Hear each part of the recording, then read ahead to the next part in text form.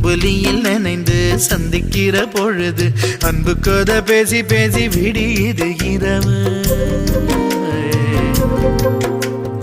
ஏழு கடல் தாண்டித்தான் ஏழு மலை தாண்டித்தான் என் கருத்து மச்சான் கிட்ட ஓடி வரும் மனசு.